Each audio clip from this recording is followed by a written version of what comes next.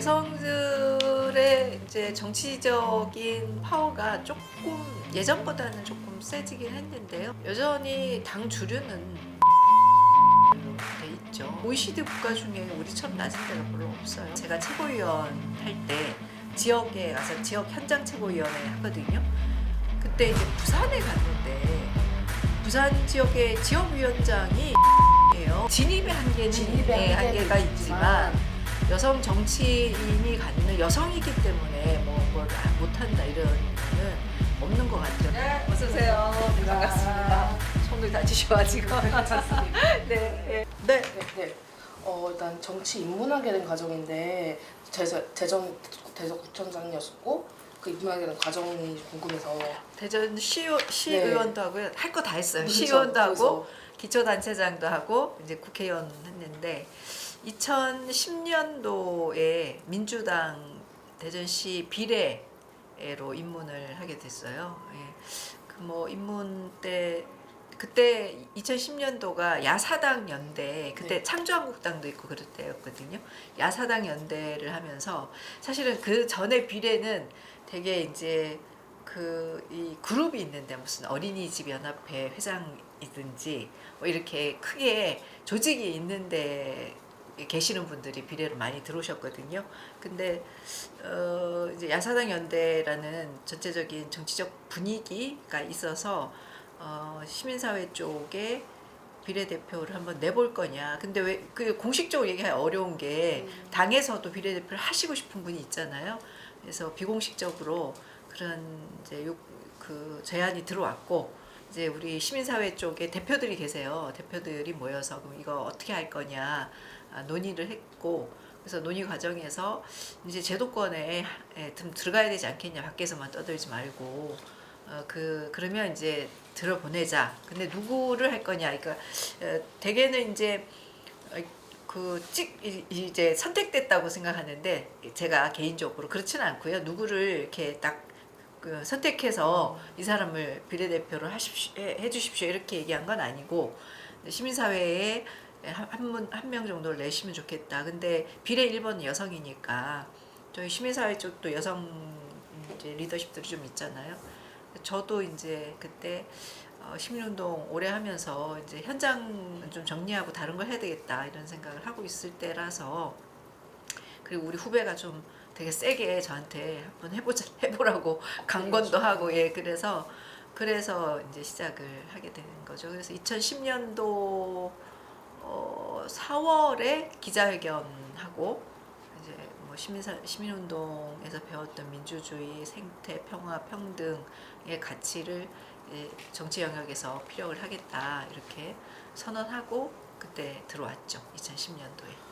그리고 2010년도에 비례하고 2014년도에 지역구에 출마를 했고요. 그때는 이제 박범계 의원님 그 지역이었어요.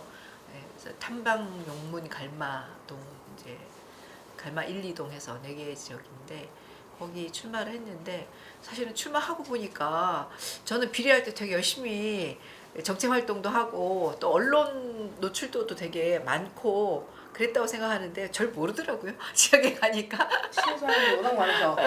아니 그 시민사회도 잘 모르고 지역도 잘 모르고 그리고 이제 지역에서 오랫동안 활동했던 건 아니기 때문에 지역에서 오래 활동했던 분들은 이제 소위 자생단체하고도 네트워킹도 있고 자생단체에 한두 개 정도 또 들어가서 활동도 하고 그러잖아요. 저는 이제 그런 건 아니라서 되게 처음에는 조금 막막했는데 그래도 이제 뭐 선거라는 게 질 때도 있고 이길 때도 있고 그리고 상대 후보보다는 내가 더 낫지 않나?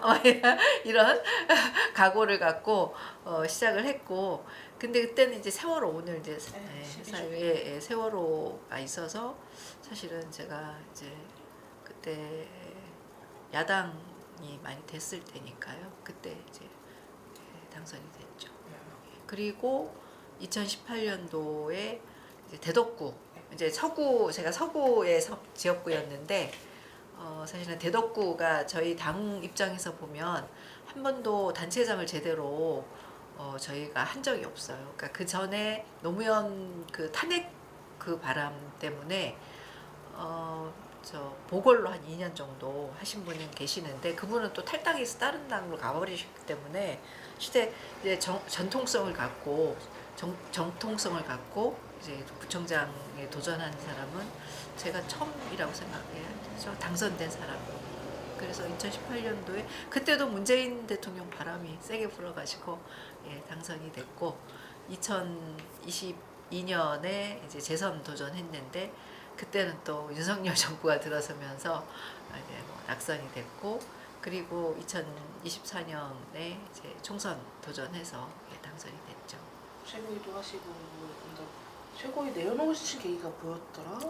최고위가 이제 제가 사실은 국회의원보다는 단체장에 더 그쵸. 관심이 있었는데 중간에 이제 좀 바꾼 게 어떤 분들이 내가 최고위를 해서 국회의원 도전했다고 생각하시는데 그건 아니고요. 이미 이제 상반기에 그 해 상반기에 국회의원 도전을 해야 되겠다. 왜냐하면 윤석열 너무 못하고 있고 그리고 이게 지금 국가 아젠다 전체가 이렇게 바뀌어야 되는 그런 시기인데 그러면 중앙 쪽에서 이 역할을 해야 되겠다 이런 생각 때문에 이제 국회의원 도전을 생각하고 있었는데 마침 예, 저 최고위원 이제 지명이 돼서 그 도움이 됐죠. 어쨌든. 네, 좀 예. 그때 많이 알려주시기도 네, 했고. 네. 그때 그 최고위원 보통 이제 최고위원 지명이 되면 특별히 잡음이 없잖아요. 네. 근데 그때 제가 한 달 동안 메인 뉴스에 많이 나왔어요. 예, 인터뷰를 한 건 아니고 네, 사진이 맞아요. 많이 나와가지고 그래서 노출이 많이 되셨죠. 그 최고위원 이제 지명이 나중에 11월 1일부터 제가 최고위원 임기를 시작한 것 같은데 지명되고 나서 제 딸이랑 서울역 근처에서 밥을 먹는데 지나가시는 분들이 저 최고위원 얘기해가지고 깜짝 놀랐어요. 다음 질문인데 전 되게 영향력 많이 행사하고 계신 걸로 알고 있거든요. 지금 최고위원도 하셨고 이렇게 네, 하고 대전 또 위원장이셔갖고 시당위원장. 또 가셔갖고 이번 네. 첨스 때도 가셨고 네, 네. 고생하시고 하셨는데 네. 실제 영향력 행사하고 있나라는 뻔한 질문 좀 드릴게요. 네. 여성들의 이제 정치적인 파워가 조금 예전보다는 조금 세지긴 했는데요. 여전히 당 주류는 남성 정치인들로 돼 있죠. 왜냐하면 거기가 이제 소위 쪽수 사람 수가 훨씬 많으니까 아무래도 그런 게 있고 최근에 이제 여성 아젠다가 약간 이제 조금 소수 의견처럼 한동안 이제 여성 운동이 쭉 성장하다가 지금은 이제 이게 갈등으로 자꾸 예, 사회화되니까 조금 목소리 내기가 어려운 부분들도 있고 이미 이제 조금 제도화되어 있는 부분들도 있고 근데 이제 그 제도화는 되어 있지만 이제 활성화는 조금 덜 돼 있는 거죠. 그래서 저희 보면 이제 늘 성격차 지수를 발표를 하잖아요, 세계적으로. 저희가 OECD 국가인데도 늘 그 낮은 점수를 받는데 이제 척도가 있어요, 거기에. 척도가 있는데 교육은 저희가 1위예요, 탑이에요. 여성 대학 진학률이 남성보다 조금 더 높을 거예요. 교육, 건강 이런 데는 탑인데 어디서 문제가 생기냐면 권한 척도하고 노동. 예.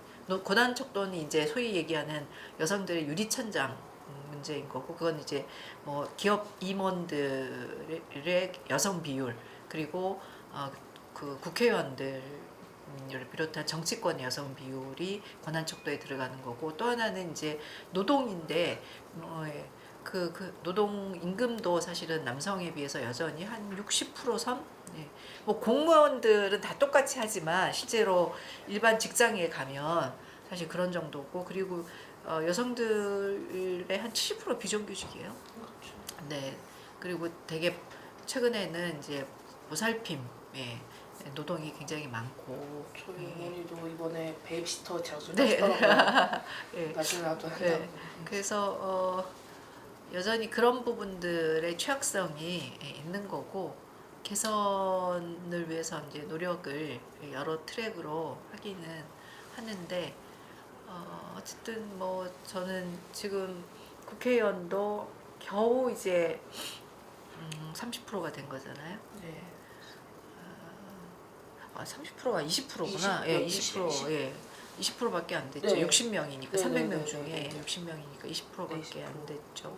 근데 OECD 국가 중에 우리처럼 낮은 데가 별로 없어요. 되게 30% 이상 되고 그러니까 보통은 한 계층을 대표한다라고 했을 때 마지노선이 거의 30%라고 보는 거잖아요. 근데 그런 부분에서 여전히 취약성을 갖고 있고 해서 뭐 조금 예전보다는 나아졌지만 여전히 남성 여성 이제 비율로 따지면 여성들의 이게 권한 이런 것들이 아직까지는 예. 근데 사람들이 이제 여성 권한이 굉장히 세졌다고 생각하는 분들이 있어요. 특히 이제 젊은 남성들 중에 그런 거죠. 저도 이제 아들이 있고 딸이 있는데 제 세대만 해도 아들이라고 뭘 더 막 해주고 딸이라고 안 해줘 이런 게 아니거든요. 똑같이 이렇게 해주니까 이제 그런 환경 속에서 자랐던 우리 젊은 남성들이 사회에 딱 나오면 이제 군대도 가야 되고 본인들은 근데 이제 여성들이 공부도 조금 더 잘하는 지점들이 있잖아요. 군대 안 가고 하니까 어쨌든 직장 취업은 더 본인들보다 빠르게 돼서 안정감을 찾는다고 생각하고 그러니까 이제 그것에 대한 문제 의식들이 좀 있는 것 같아요. 그래서 뭐 역차별이라는 그래서 뭐 여성들 왜 군대 안 가냐 이런 문제부터 시작해가지고 할당제 부분들도 이게 역차별이다 이렇게 얘기하는데 실제로 이제 그런 남성들 일반 직장에 들어가면 여전히 직장 내에 성격차가 있구나라고 느낀다고 하더라고요. 근데 그래도 여전히 좀 왜곡되어 있는 부분들이 있어서 그거를 이게 우리 사회가 이제 양극화 불평등 문제가 심각해지고 경쟁이 치열하다 보니까 이게 그 근본적인 룰이나 이런 거에 대한 거를 바꿔야 되는 거잖아요. 근데 그거는 사실 조금 어려운 부분이 있는 거고 그러다 보니까 같은 경쟁 상대끼리 사실은 서로에게 어려움을 가중시키는 부분이 있는 것 같아요. 그래서 이 부분을 어떻게 해소하실지가 우리 또 과제이기도 해요. 정치인 가지기도 하고서 시민사회 가지기도 하고 네네. 특히 여성 정치인들은 이 과제를 좀 심각하게 보고 있습니다. 네. 그래서 아까 잠깐 제도 얘기하셨는데 네. 여성 가산점 약간 논란도 약간 있었어요. 이번에 지선 앞두고. 네. 근데 이런 논란보다는 실질적 도움이 되고 있는지 이런 가산점 제도나 여성 정치인을 늘리기 위한 여러 가지 방법들, 기호, 순서 이런 거가 그런 게 도움이 되고 있는 걸로 보시는지. 실제 도움이 되죠. 그러니까 할당제 이제 할당제가 이제 2000년도 16대 총선부터 시작을 했는데 보시면 제가 어떤 건데 보시면 이제 그 16대에 그게 할당제가 이제 법제화되면서 17대에 한 13% 됐는데 이게 조금씩 아주 뭐 급격하게 상승하는 건 아니지만 조금씩 이렇게 올라가는 거를 볼 수 있잖아요. 그래서 이게 다른 것보다는 여성 할당제와 여성 이제 가점, 신인 여성의 가점 이런 것들이 작용을 했다고 보여지고요. 특히 이제 조금 더 긍정적인 거는 요 표인데 이거는 이제 여성들이 비례로 진출하는 거고 지역으로 진출하는 건데 최근에 보면 이번에는 지역이 훨씬 많아요. 비례보다. 예전에는 여성들이 비례밖에 없었거든요. 지역에 나올 수 있는 여성들이 많지 않았고 또 선호도도 낮고 지금 국회의원 같은 경우도 이제 비례는 50% 여성인데 지역구는 30% 여성이 권고예요, 그냥. 의무사항이 아니고 권고사항이기 때문에 그게 안 지켜지는 데가 많아요. 대전도 이번에 첫 여성 국회의원이 나온 거거든요. 그래서 제가 대전시에서 첫 여성 국회의원인데 그래도 다행히 이제 이번에 2명 황정아 의원이랑 저랑 2명이라서 그래도 조금 다행이긴 한데 지금 아예 여성 국회의원이 제주는 없고 강원도도 지금 없는 것 같습니다. 강원도세요? 네. 왜 그런데요? 거기는 좀 제가 박정아 의원 지역구인데 제가 원주 출퇴근을 하거든요. 근데 지역 격차가 거기도 약간 커갖고 한쪽은 파랑이고 한쪽은 빨강이고 같은 원주 시대. 그러니까 동쪽은 동쪽 되게 이제 강원도가 동쪽은 이제 동쪽이죠. 동쪽은 저쪽 당이 주를 차지하고 서쪽은 조금 그래도 약간 민주당 계열. 같은 원주인데도 발이 날렸어. 그렇게 된. 아니 근데 그거랑 상관없이 사실은 여성 국회의원은 꼭 민주당에서 나오는 건 아니니까 그러니까요. 국민의힘에서도 왜 나와야 되는데. 그래서 근데 제가 강원도에서 활동하는 여성 시민사회는 좀 드문 것 같습니다. 생각하는 게 좀. 그러니까 이제 진입장벽이 사실 많이 할당제 이런 거 때문에 진입장벽이 상대적으로 조금 낮아지긴 했는데 여전히 진입장벽이 있다고 느껴지는 게 이런 거예요. 제가 최고위원 할 때 지역에 가서 지역 현장 최고위원회 하거든요. 그때 이제 부산에 갔는데 부산 지역의 지역위원장이 거의 여성이에요. 근데 부산이 좀 보수적인 동네잖아요. 그래서 참 이상하다. 어떻게 여기가 다 여성이 지역위원장이지? 뭐 남성들도 물론 있긴 했지만 그랬는데 알고 보니까 거기가 우리 당이 잘 안 되잖아요. 그래서 여성들이 그냥 지역위원회를 지키는 거예요. 근데 이제 호남으로 가면 여성 지역위원장이 거의 없는 거죠. 호남도 이제 그 전에 한 명 있었나? 이번에 이제 2명, 권양혁 의원하고 전진숙 의원 이렇게 2명 나온 거잖아요. 그래서 야, 이게 되는 데는 여성들이 진입을 아예 못하도록 봉쇄되는 측면이 있는 거고, 그래서 권양혁 의원도 원래 여성 그 전략공천 지역이었는데 지역에서 하도 반대가 세서 결국 나중에는 경선했어요. 경선해서 올라온 거거든요. 그래서 그런 게 여전히 있다. 그래서 제도가 조금 가긴 하는데 아직 인식이 그만큼 못 가는 게 하나 있고, 그리고 또 하나는 여성 리더십을, 그러니까 인식이 그만큼 안 가니까 남성 리더십을 키우는 장치들은 좀 되어 있는데 여성 리더십을 키우는 거는 여전히 조금 취약하다. 저희가 뭐 여성위원회도 있고 여성 리더십 센터도 있고 하긴 하는데 이 현장에서 이렇게 갈고 닦는 걸 해야 되는데 그런 부분에서 조금 어렵긴 한데, 그래도 좀 나아진 게 최근에 이제 지역 가면 이번에 이제 지방선거 때도 그런데 그 기초의원하고 광역의원 중에 여성 비율이 높아져요, 점점. 특히 기초의원들은 여성 비율이 상당히 높아지거든요. 어떤 지역 같은 경우는 다 여성이고 남성이 뭐 한 명 정도 있다든가 이런 경우도 있어요. 그래서 그런 분들이 계속 정치적으로 훈련받아서 이제 조금 단계를 높여서 올라오실 수 있는 틀은 좀 만들어진 것 같아요. 정책 변화로 이어지고 있다고 보시는 거죠. 그러면은 사례가 어떤 게 있을까요? 정책 여성 의원이 증가하면서 약간 사례적으로 여성 의원들이 증가하면서 이제 여성 특히 네. 최근에 이제 핵심 이슈는 교제 폭력 이런 거잖아요. 네. 여성 폭력 이런 것들이 있는 거고, 이 이제 그 조사에 보면 골목길 밤에 골목길 가잖아요. 밤에 골목길 갈 때 두려움 느끼세요? 저 안 느낍니다. 이게 다른 거예요. 여성들은 골목길을 갈 때 남녀노소를 불문하고 기본적으로 두려움을 느끼거든요. 근데 남성들도 물론 두려움을 느끼시는 분이 있는데 되게 남성들은 골목길에 대한 저항이 별로 없어요. 그러니까 정책이 여성을 위한 정책이 나오겠어요. 그리고 지금 여전히 이제 권한을 갖고 있는 사람들이 남성이기 때문에 현장을 잘 모르는 거예요. 그리고 이제 돌봄 같은 경우도 돌봄 노동이 여성들이 더 많잖아요. 그러니까 이게 정책을 설계하는 사람이 여전히 남성들이 많거든요. 그럼 현장에 가면 이상한 정책이 이렇게 만들어지고 설계가 좀 제대로 안 되고 이런 것들이 있는 거죠. 그래서 당사자인 여성들이 정책에 참여하고 정치에 참여하는 것이 실제로 여성들의 삶의 질을 개선하는 거고, 이게 여성들의 삶의 질이 개선되면 이게 여성들만 좋아지는 게 아니라 남성들도 좋아지는 거거든요. 골목길의 방범 상태가 여성들의 안전 때문에 좋아지면 그게 여성들만 좋은 게 아니잖아요. 남성들도 사실은 골목길에서 사고가 나는 경우들이 있으니까 남성들한테도 좋은 거예요. 그래서 우리 사회의 취약계층을 대상으로 한 정책이 좋아지면 전 계층에 사실은 삶의 질을 올릴 수 있는 거거든요. 그런 측면에서 이제 그런 정책도, 저도 이제 교제 폭력 관련해서 법안도 내고 이제 전자발찌 관련한 법안도, 교제 폭력 관련해서 법안도 내고 그러고 있고, 이제 여성 의원들 뭐 남성 의원들도 하시지만 여성 의원들이 아무래도 민감성이 여성 정책에 더 있기 때문에 법제화하는 부분들이 많죠.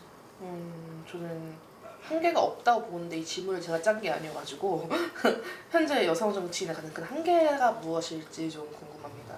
저는 한계가 없다고 보는데 여성 정치가 진입의 한계는 한계가 있지만 여성 정치인이 갖는 여성이기 때문에 뭐 뭘 못한다 이런 거는 없는 것 같아요. 다만 이제 그 관심이나 이런 것들이 좀 다르고 사회적 활동이나 경험치가 다르기 때문에 거기서 나오는 건 있는데 그게 국회라는 게 한 경험만 갖고 있으면 안 되잖아요. 다양한 계층, 다양한 그룹들이 들어와야지 그 국회의원들이 어쨌든 그 지역뿐만 아니라 대한민국 국민들의 그 부분을 대표하는 거기 때문에요.